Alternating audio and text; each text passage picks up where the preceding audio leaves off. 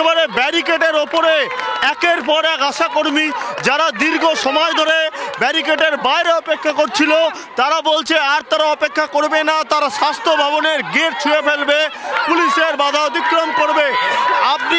আপনি তো ওপরে উঠে গেছেন, তাহলে আপনারা এখন কোথায় যাবেন? আমাদের দাবি না মানা পর্যন্ত আমরা এখান থেকে নড়বো না। আমাদের যে দাবি ছিল, আমাদেরকে আজকে আসার পর আমাদেরকে কেন আমাদের এরকম হ্যারাস করছে? আমরা 21 তারিখে আসার কথা ছিল, আমাদের এখানে বৈঠক হবে, কেন আমাদেরকে হ্যারাস করছে? তো আমাদের দাবি মানা পর্যন্ত আমরা এখান থেকে নড়বো না। আপনি ব্যারিকেড টপকাবেন, ওপারে যাবেন?